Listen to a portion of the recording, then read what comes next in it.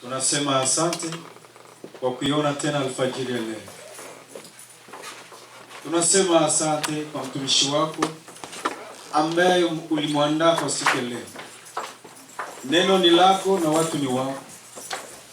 Utakalo unene nasi kwa mchana wa leo. Fungua masikio yetu ya roho ili tupate kusikia nini unataka kusema nasi. Mtumie Bwana, yeye ni chombo tu, acha wewe unene ndani mwake. Mpatie Bwana ufasaha wa maneno kwa dakika hizi anataka kusimama. Acha Bwana umpatie kitu ambacho kitalisha taifa hili ambalo limekaa hapa. Nasi Bwana tutatega masikio yetu tusikilize nini unataka kuongea nasi. Maana katika neno lako ndipo tunatosha mausia yako. Ubarikiwe kwa mchana wa leo. Maana utamtumia chombo chako na utamiminia mafuta Bwana, ili utukufu wako uonekane juu yake. Kwa jina la Yesu Kristo. Amen. Alléluia. Amen. Et je rends grâce au Seigneur pour votre vie. Que l'Éternel vous bénisse durant ce court instant que nous allons passer en train d'écouter sa parole. Sans perdre le temps, nous lisons dans l'Épître aux Thessaloniciens, chapitre 1. Nous lisons le verset 3.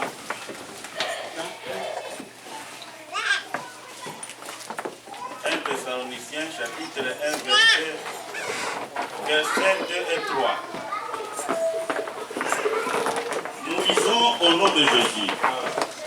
Nous rendons continuellement grâce à Dieu pour vous tous, faisant mention de vous dans nos prières, vous rappelant sans cesse l'œuvre de votre foi, le travail de votre charité et la fermeté de votre espérance à notre Seigneur Jésus-Christ devant Dieu notre Père. 1 Thessaloniciens 1, verset 2 à 3. En même temps, nous allons aussi le verset 9. Le verset 9 dit: car on raconte à notre sujet quel accès nous avons eu auprès de vous et comment vous vous êtes convertis à Dieu en abandonnant les idoles pour servir le Dieu vivant et vrai. Amen. Amen.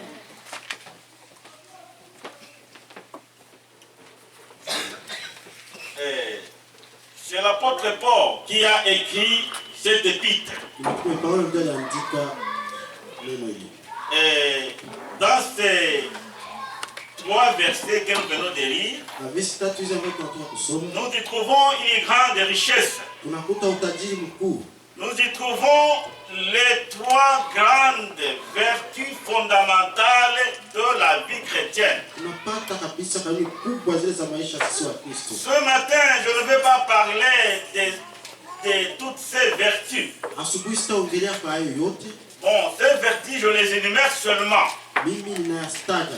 La première vertu fondamentale dans la vie chrétienne, c'est l'œuvre de la foi. Pour la foi agissante. La deuxième vertu, c'est l'amour actif. Et la troisième vertu, c'est la fermeté de l'espérance. Ce matin, je vais parler seulement et brièvement du premier point.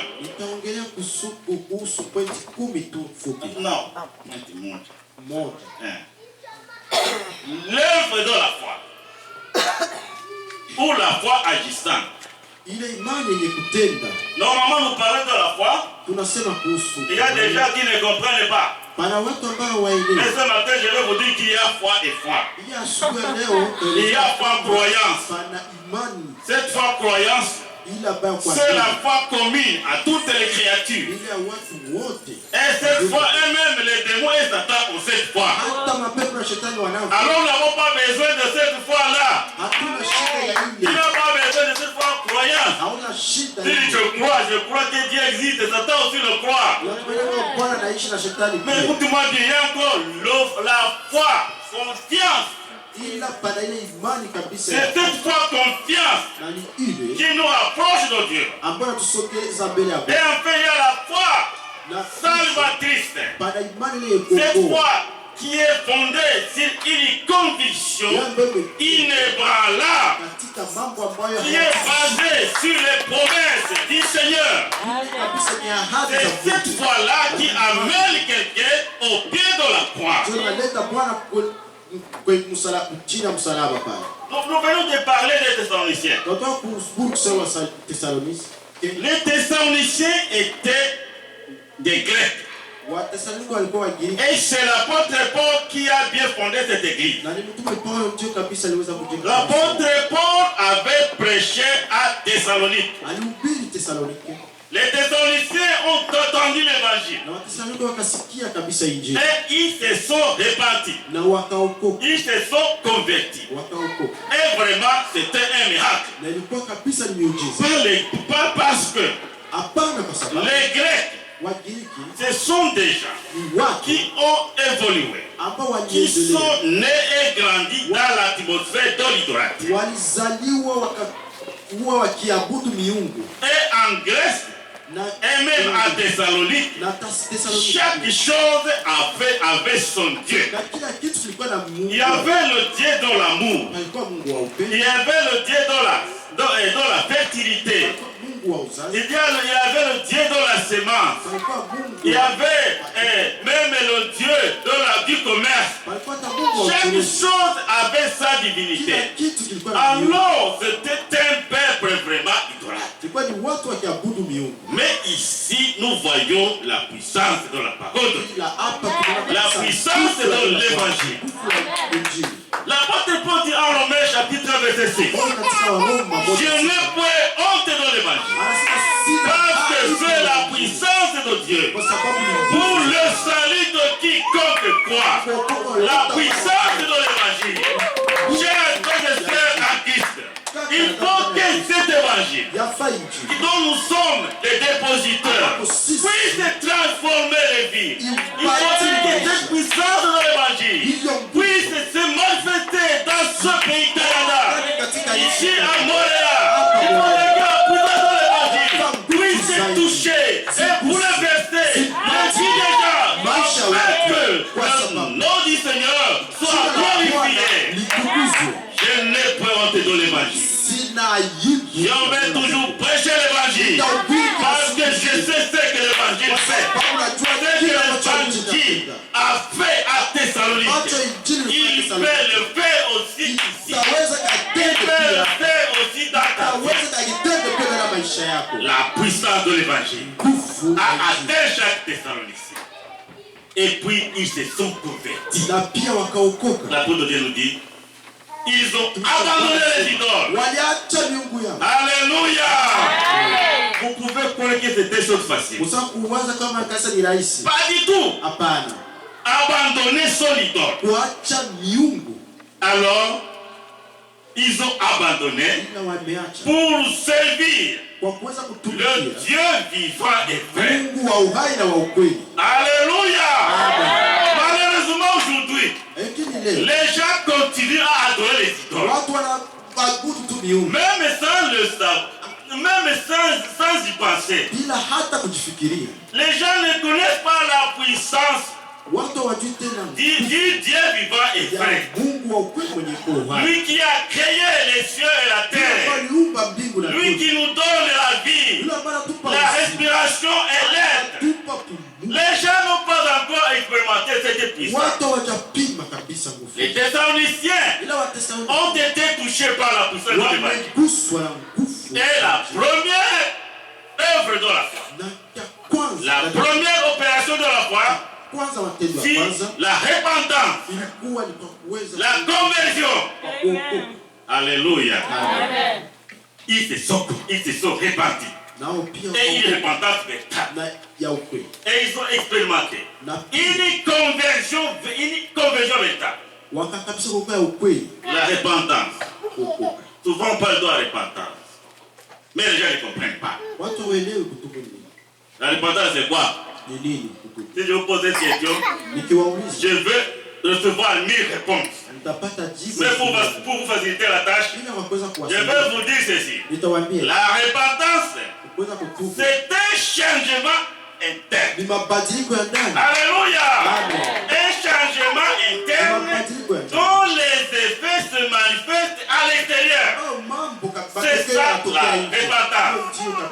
Du mot grec qui signifie métanoïa. Métanoïa. Alors, là sont des gens qui ont expérimenté la véritable métanoïa. Et puis, cette véritable métanoïa nous amène à la conversion. Et le mot se convertir signifie seulement faire un demi-tour. Tu étais en train d'aller là-bas, dans l'enfer, et puis tu fais un demi-tour. C'est ça la conversion. Et puis tu vas commencer maintenant à vivre ton Seigneur. Alléluia. Malheureusement, il y a un problème. Il y a des gens qui entrent à l'église sans être convertis. C'est pourquoi dans les églises, 80%,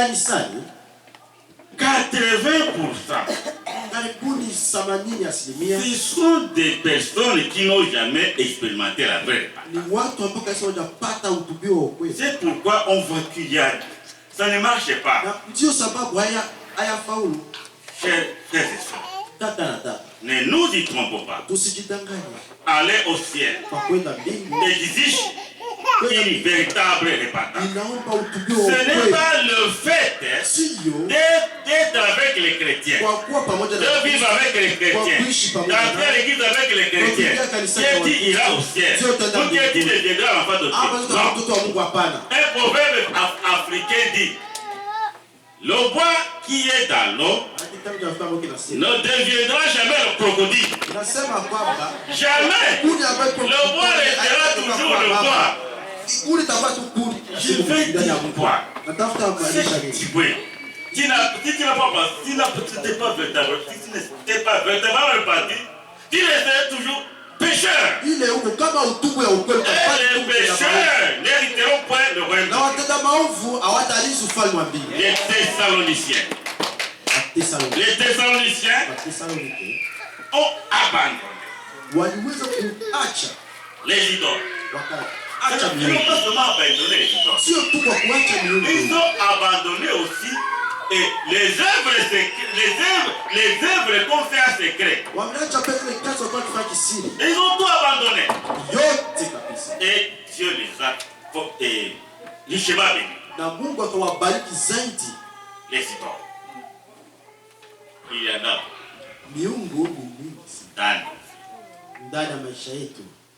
peut-être que tu ne le sais pas. Mais ce matin, je vais te montrer quelques histoires. Bon, la première histoire. Vous voulez que je vous la dise? La première idole, c'est le ventre. Nous servons le ventre. Dis-moi que je suis en train de mentir. Ne servez pas le ventre. Un jour, l'apôtre Paul avait dit aux Philippiens, leur Dieu c'est leur ventre. Nous mettons toujours le ventre devant. Et nous mettons Dieu dehors. D'abord mon ventre. Et qu'est-ce nous dit l'apôtre Paul? L'apôtre Paul avait dit dans Corinthiens, le ventre est pour la nourriture. Et la nourriture est pour le ventre. Mais l'un et l'autre, Dieu va détruire. Ce ventre, Dieu va la détruire. Le ventre ne nous aidera à rien pour entrer dans le royaume de Dieu. Le ventre. nous le servons de tunaitumikia tout notre cœur, na roho yetu de yote toutes nos forces, na nguvu kwa nguvu de zote toute zote notre âme. na kwa roho moyo wetu wote. Et l'œuvre de Dieu Ila kazi ya Bwana souffre. inasumbuka. Tu vas choisir Utachagua ce matin asubuhi ya leo entre ton ventre kati ya tumbo lako et l'œuvre. na kazi ya Bwana. Ton ventre est l'œuvre de Dieu. Tumbo lako na kazi la Mungu. Ce que tu investis dans ton ventre, Ile ambayo unaweza tout ce que tu mets dedans, akiba yako natia tumboni. ça va où? Inaenda wapi? Ça va où? Inaenda wapi? Seigneur. Mais ce que tu investis Ile akiba dans les projets du royaume de Dieu, unaweka ndani ya kati. tu vas retrouver ça. Utaweza Tu kupata. vas retrouver ça. Tu Utaipata. vas retrouver ça. Alléluia. Amen. Le ventre. Tumbo. Le ventre nous trompe. Tumbo natudanganya. Et jusque même à ne pas tenir compte de nos prochains. Mpaka kiwango ambayo tujui tena mwenzetu. J'ai des gens qui aiment tellement la nourriture. Pana watu ambao wanapenda chakula sana. Je sais ici il y en a. Najua kwamba wako hapa. Ceux qui aiment beaucoup la Wala ambao nourriture. wanapenda chakula sana. Mais sachez ceci. Ila tambueni ya kwamba C'est bon de manger. ni vizuri kukula. Mais il ne faut pas aimer la nourriture plus que ton prochain. Usipende chakula kuzidi. Parce que la parole de Dieu nous dit, si Abraham, le Seigneur, l'Éternel, ton Dieu, Penda Mungu Bwana de tout ton cœur, kwa moyo wako. de toute ton âme, de toutes tes forces, Kwa nguvu et aussi zako de toutes zote. tes pensées. Na kwa akili zako zote. Vous savez, Mnajua nous nous appelons chrétiens. tunajita wa Kristo. Nous devons faire attention. Yafaa tufanye angalisho. C'est pourquoi l'apôtre Paul dit Ndio sababu que nous devons faire attention, yafaa tufanye angalisho. que nous devons travailler Tunapaswa avec tremblement à notre salut. Parce qu'il y a trop de problèmes, kwa sababu pana matatizo il y a mengi. trop d'obstacles Pana qui kabisa pourront nous empêcher d'entrer. ambayo vitaweza kutuzuia kuingia. La nourriture. Chakula. Mangeons bien notre nourriture. Tule vizuri chakula. Mais ne sacrifions pas la nourriture, ne sacrifions pas l'œuvre de Dieu à cause de la nourriture. Ila tusiweze kuharibu kazi ya Bwana. Ne sacrifions pas l'amour du prochain à cause de la nourriture. Upendo mwenzetu kwa ajili ya chakula. Que Dieu nous aide. Mungu atusaidie. Moi, quand je prêche, Mimi nikihubiri en même temps, je me prêche. najihubiri pia binafsi. Je ne suis pas quelqu'un de spécial. Siko mmoja uko special. Je suis aussi comme vous. Niko kama nyinyi. Mais souvent, le Seigneur Ila Bwana me permet aussi de m'enseigner et d'enseigner. ananisaidia pia nijifunze binafsi na nifunze wengine. Deuxième idole, Mungu wa pili c'est l'argent. ni pesa. Ah, l'argent. L'argent là. Pesa. Envoyez, c'est vrai. L'argent. Pesa. Franga. Non, moi j'ai été étonné dans une église que j'ai dirigée dans la brousse là-haut.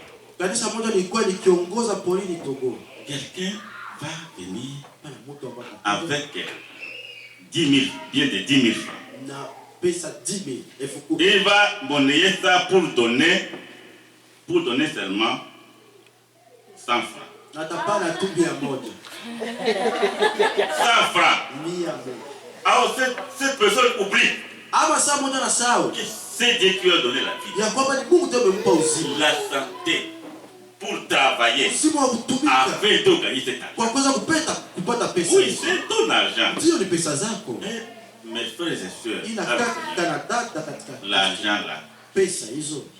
si vraiment Dieu peut nous aider Kama Mungu ataka pour ne pas être asservi par l'argent. usiweze kuwa kutawaliwa na pesa. Vraiment, l'argent a une puissance là d'asservissement. Franga zina nguvu kabisa. Quand c'est déjà entré dans ta poche, na zikiingia mfukoni mwako sortir ça pour faire quelque chose kwa pour Dieu, kutosha tufanye kitu kwa ajili ya Mungu c'est très difficile. ni vigumu Mais tu sana. vas dépenser ça pour des inutilités. Na utaenda kabisa kwa kuweza kuzipanga vitu bila maana. Au lieu d'aller dire, moi, au lieu de voir les besoins de l'œuvre de Dieu, Kwa kuona kabisa shida za kazi ya tu Mungu, vas aller au marché utaenda sokoni pour aller payer de petits jubots là, kwa kwenda kununua pour aller payer de pantalons là qui servent. ama suruali Vous savez ce qui se passe aujourd'hui dans ce monde. Des choses inutiles. mambo ambayo C'est la job Le diable trompe les gens. Le diable trompe les chrétiens. Les choses vraiment qui n'édifient pas, les choses qui n'aident pas, ce sont ces choses que les gens vont dépenser pour payer. L'idole argent. Quel Dieu nous aide. Quel Dieu nous aide.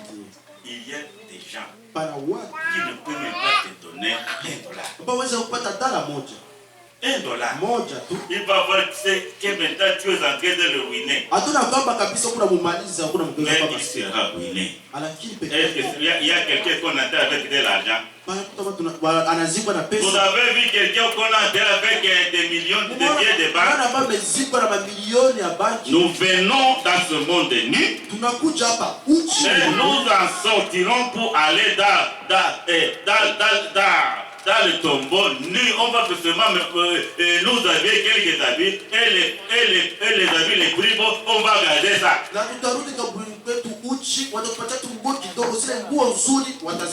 Troisième idole, il y en a beaucoup. Troisième idole, c'est le matériel. Le matériel. Le Dieu du matérialisme a déjà le droit de citer dans la vie de beaucoup de gens. Il y a des gens qui aiment les choses. Qui aiment les choses. Qui aime les habits. Aujourd'hui, il paye l'habit. Demain, il paye l'habit. Il ne porte pas ça. Il ne porte pas ça. Il va payer aujourd'hui souliers. Est-ce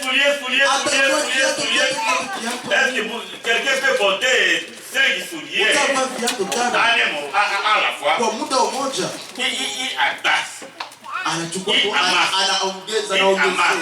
Il y a des gens qui même arrivent à manquer comment ils vont garder ça. Parce que les valises sont déjà pleins, les garde-robes sont déjà pleins, partout les chambres sont déjà pleines, ils ne savent plus que faire. Ils donnent du matérialisme. Prions le Seigneur afin qu'il puisse nous aider. Vraiment à détrôner toutes ces choses. Nous ne sommes pas plus acculés que les Thessaloniciens. Les Thessaloniciens avaient beaucoup d'idoles. Beaucoup d'idoles. Des idoles physiques. Devant lesquelles on pouvait s'agenouiller. Adorer. Ils croyaient à ces idoles. Mais quand la puissance de l'évangile était intervenue, ils ont été libérés.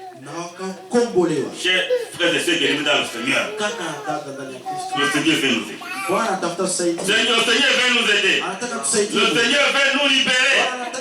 Le Seigneur veut nous libérer pour que nous puissions l'adorer en esprit et en vérité. Nous parlons de l'œuvre de la foi. La première œuvre de la foi, c'est la conversion, plutôt la repentance et la conversion. Maintenant,